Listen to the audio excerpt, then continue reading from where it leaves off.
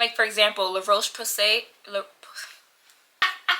Whenever you say his last name, it sounds like I'm saying a bad word, but like with a French accent.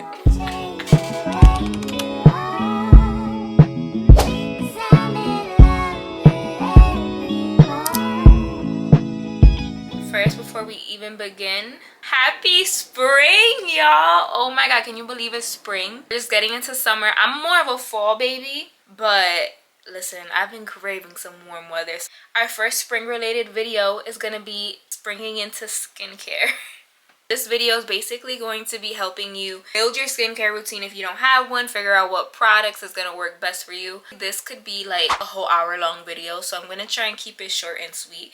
And if you want me to go more in depth into anything, just comment down below or even like DM me and we could talk about it. I feel like especially whenever we're getting into the warmer months, that's when we want our skin to kind of like look its best and look nice and glowy. So if you care about the health of your skin, if you want to age gracefully, if you want your makeup to look fire, you gotta tap into skincare, baby. No, you gotta spring into skincare. First things first, it is so important to know your skin type, okay? So I'm gonna have all the skin types listed right here. Your skin type can and most probably will change either throughout the year and throughout your life. When it's spring and summertime, my skin is very like combination oily, and then when it's fall winter, my skin is very combination dry. So I have to adjust my skincare routine all the time. So I remember like years ago, I did not know my skin type and had to Google like, yo, how to figure out my skin type. I literally found this article and it said to just throw water on your face. If your face dries relatively quickly, like all over, then you may have more dry skin. If it takes a little while to dry, then you may have more oily skin. If you feel like some areas dried and the others didn't, then you have combo skin. If you really don't know your skin type, you could try that little trick.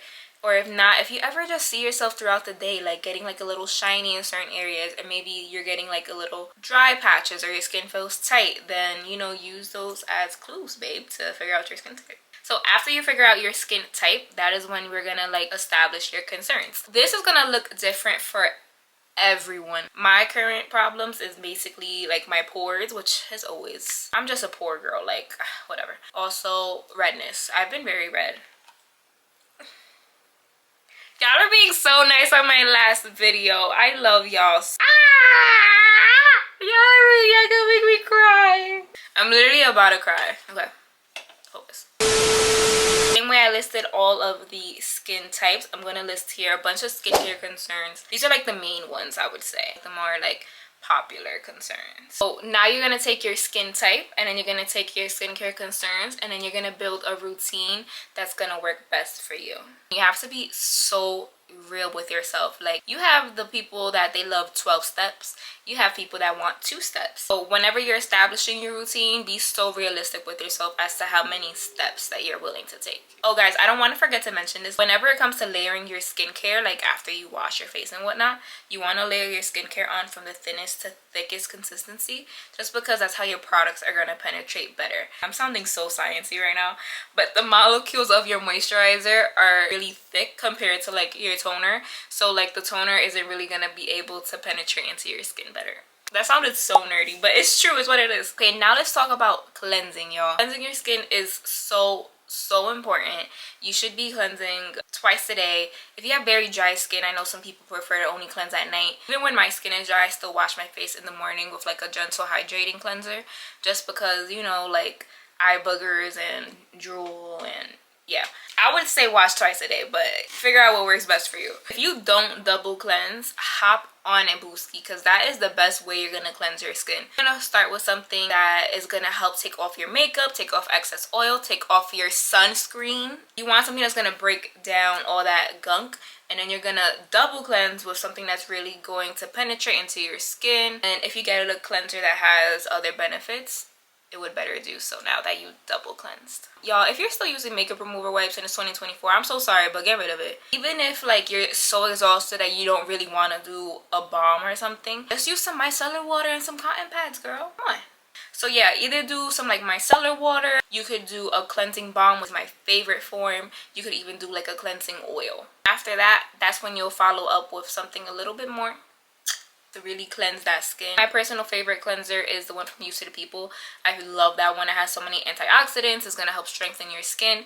literally love. There's so many cleansers you can do. You just want to get it based off your skin type. Now let's talk about tools. You may feel like your hands just aren't really enough when it comes to cleansing your skin, and that's when tools come in. You have like silicone scrubbers, devices that you don't even need to do too much work. They just do the work for you. Just move around a little bit. You have so many options. I use just a regular silicone base scrubber. To get it at Sephora, I believe it's less than $10. So you could honestly get them anywhere, and you want to make sure it's silicone just so that it doesn't hold on to bacteria. And now is when you would typically exfoliate your skin. So exfoliating is not something that you want to do every single day, because then you will over exfoliate your skin. You would end up damaging your skin barrier. I kind of like self-diagnosed myself. I started getting a bunch of veins showing here and like where my mustache grows. So I don't know if it's because I was over exfoliating and probably like dry shaving too much. Well, I wasn't even dry shaving. I was using like regular shavers. So, and then I started noticing I started getting a bunch of veins. So I was like, maybe it's like the varicose veins. Someone else was like, no, those are spider veins. And I'm just like, I don't know what it is. All I know is that it's veins, and I'm tired of it. Like, don't quote me on this. I'm not a dermatologist. Oh, I should have said that in the beginning. I'm not a dermatologist. I just know a thing or two, okay? I don't know if that was caused from like over exfoliating my skin, but you gotta be careful, booski. Be careful. When it comes to exfoliating, you have a chemical exfoliant and you have a physical exfoliant. Physical is basically the type of exfoliator that like you feel the grains, and chemical is gonna be more of like a liquid or like a serum that has exfoliating ingredients. And I feel like physical ones could be a little bit too rough. If you do catch me using a physical exfoliant, it's probably gonna be like once a month. I don't even remember the last time I used a physical exfoliant, to be honest. Yeah, really. Oh, wait, no. That is such a lie. I used a physical exfoliant last week. If you ever look on a skincare product and you see like AHA, BHA, PHA, those are all exfoliants and they all work to do different things. Okay, so the easiest way to like distinguish between AHA and BHA is AHAs are for above your skin, while BHAs work below your skin. So when we're talking AHA, think like texture, think like fine lines, like everything that's on top, right? So for BHA, that's gonna be below. So like we're talking like your pores being so clogged, like stuff like that. And then a PHA, similar to an AHA, but it's more gentle, I would say, and it's more like it's gonna help with your texture, whitening your skin, but like more like over time. PHAs are so hard to explain. Now is when we're gonna start layering up that skincare. First would be like a toner or essence. I like to think of it as it's prepping your skin for the rest of your skincare. It's like getting it ready. Or you can also think about it as an additional step to help boost whatever concerns you may have. For example, I want my skin to be nice, bright, and even. So I was using, what is it called? The Pharmacy, the dark spot toner. I forgot what it's called. Is it called the dark spot toner? I don't know. But I love that toner. It literally helps with brightening and evening out my skin, which was just like an added benefit for one of my concerns. I don't want to get confusing, but remember how I was saying like you don't need to exfoliate all the time. You may have toners that have exfoliants in them that sometimes they're gentle enough that you can use every day. Remember, there's always like exceptions to every rule, I would say. Except for when it comes to mixing ingredients, which we'll get into later. Sometimes people try a toner and they're like, yo, this didn't really do anything for me.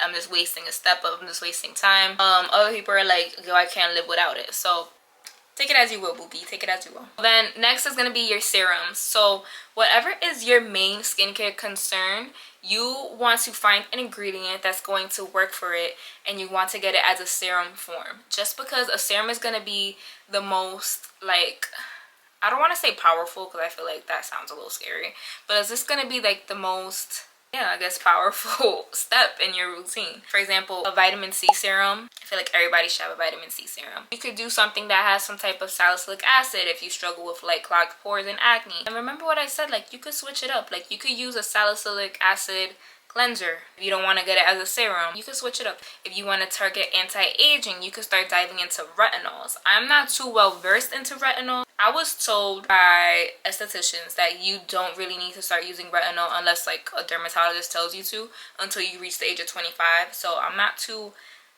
I can't recommend you an amazing like retinol.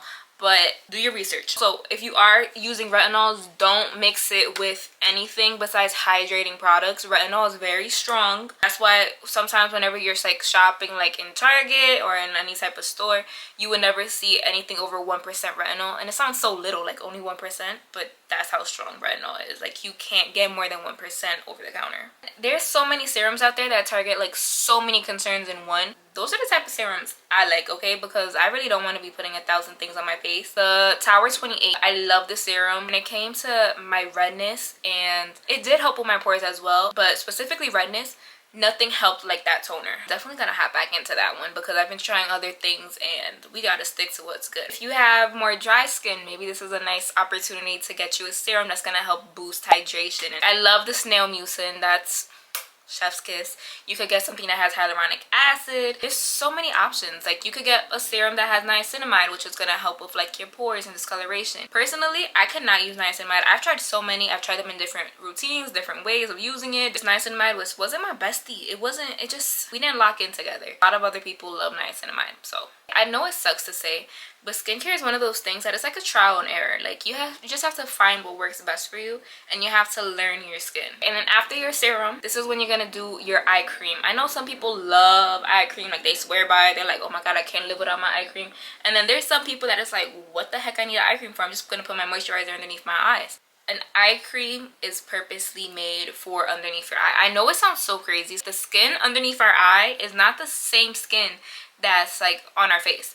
So eye creams are formulated like purposely, and like the molecules are literally smaller to just better penetrate underneath your eye. That's why every single brand has an eye cream. Like I know one of like the biggest struggles is like dark circles. I have not found an eye cream that completely taken it away. Like I'm gonna be so real, especially when it comes to genetics. Like if you look at your mom, your sister, you guys have the same type of like dark circles underneath your eye, it's gonna be really hard to get it away. I'm gonna be so honest. When it comes to eye creams, for me, I just want to stick to what's like hydrating and whatever is gonna look nice on their makeup. Caudalie, they are a little bit pricey, but that is basically my favorite eye cream that I have tried because I have seen a bit of a difference. And I love that they have the cooling tip when you apply it, because that is also gonna help when it comes to depuffing and really getting the eye cream all within your lines and everything. If you want to splurge on an eye cream, go pick you up some Caudalie, girl. If not, just get something that's gonna hydrate, something that has caffeine. Caffeine is gonna help when it comes to like the puffiness. If you have any eye cream recommendations that you're like, nah, this changed the game, like this changed my life, put me on. After you put your eye cream on, this is when you're gonna put your moisturizer on. If you have oily skin, I'm talking to you, my oily queens, do not skip your moisturizer. That does not give you the okay to skip your moisturizer, and I'm gonna put you on to why. One of the main reasons why our skin gets oily is because our skin is dehydrated, y'all. Dehydrated. This was probably like 10 years ago. I don't know. I think everything is 10 years ago, so I don't know. I watched the video of Patrick Star, and he was saying if you get oily, it's because your skin is so dehydrated that the oil glands are like, oh my god, we need to produce more oils because this girl is dehydrated. And that stuck with me in my heart, like in my soul. I was just like, oh, hold on, y'all. I feel like I gotta touch up my lip. Okay, what were we talking about? Oh, we were talking about moisturizers. Yeah, as I was saying, if you have oily skin, that does not mean you should not be moisturizing. That just means your skin is dehydrated. So get you a little hyaluronic acid booski. Get you a lightweight water cream, okay? You could do Inky List, you could do Neutrogena, you could do like the Charlotte water cream. That one is really good. You have so many options. There are so many moisturizers that are perfect for oily skin, combination oily skin, normal oily skin. There's no reason why you still shouldn't be moisturizing your skin. It's 2024. For the girlies that tend to be a little bit more dry, maybe you want to do something a little bit more like thicker, maybe that has some more hydration into it. Tatcha, amazing dry skin cream. I'm pretty sure e.l.f. has. I have not really tapped into e.l.f. skincare that much, but I've heard so many great things. Now I want to segue a little bit into sunscreen, because sunscreen is so important, and I'm gonna tell you why. If you're not wearing sunscreen, that means all this work that we just put into our skin just went down the drain. That means that all these minutes that I've been talking, I have been speaking a different foreign language, because if you don't put your sunscreen on top in the morning, you did all this for nothing. your skin gets more sensitive to the sun when you're using all of these products. That sunscreen is what's gonna protect your skin, okay? Just please, just wear your sunscreen, wear your sunscreen, wear your sunscreen. I know when it comes to like Latin and Black and Caribbean households, like sunscreen was just not embedded into us. It's like, why do I need sunscreen? Like, I want to get tan. Or like sometimes we look at some of our parents and like, yo, like she looks amazing and she never wore sunscreen. That's genetics, bookie. Both of my parents, they looked minimum 10 years younger than their age. That means hopefully I'm gonna look 10 years younger than my age when I'm their age, right? But I want to maintain that for like probably even longer. Maybe my dad, sorry, but maybe I'm gonna look 20 years younger than what you do. That's because I put my sunscreen on. So yeah, just wear your sunscreen, and if it makes it easier, moisturizer that has sunscreen in it, which is like the easiest way to go about it. Whenever I didn't use my moisturizer that has sunscreen in it, that's when I just used a sunscreen that left my skin looking chef's kiss. Y'all, Summer Friday sunscreen, it gives you like a nice hydrated but blurred effect. I said hold on. Also, the Black Girl sunscreen, the glowy one, skin on glow all day. Just get you one that looks good, that makes your skin look good. I have options, y'all. There's so many options that I know that it gets overwhelming, but I look at it as I have a problem and I have to find a solution, but I'm gonna have fun with it. Like, skincare is supposed to be fun. I look at it as like my self-care of the morning and my self-care of the night. Lastly, I know this is a long video, but there's just so much to get into and I feel like I skipped over so much too. Come on. Lastly, tools. Some are game changer, some are like let's get into the tea. Steamers, very beneficial. They're really gonna open up your pores, really help when it comes to putting all that nice skincare into it. If you don't have a steamer, what I used to do in my sink, like just turn the water on hot, let it get real hot, take your towel, put it over your head and just let the steam penetrate. Because with that, all these skincare ingredients and all these skincare products are gonna be like right into your skin. Also, shaving your face. 2 videos ago, I posted like a maintenance / glow up video. If you saw that, you saw that I was talking and showing you guys how I use the Dermaflash. Game changer. Like, that is the best when it comes to getting rid of the peach fuzz, exfoliating your skin. Like, your skin is just so smooth, so soft. That is a huge investment though. If you don't want to invest in that, then you could always use the face razors that they come in a pack. You could order them off of Amazon, anywhere. Ice rolling. Okay, I'm gonna be so real with y'all when it comes to ice rolling. Hold on, I need to sit.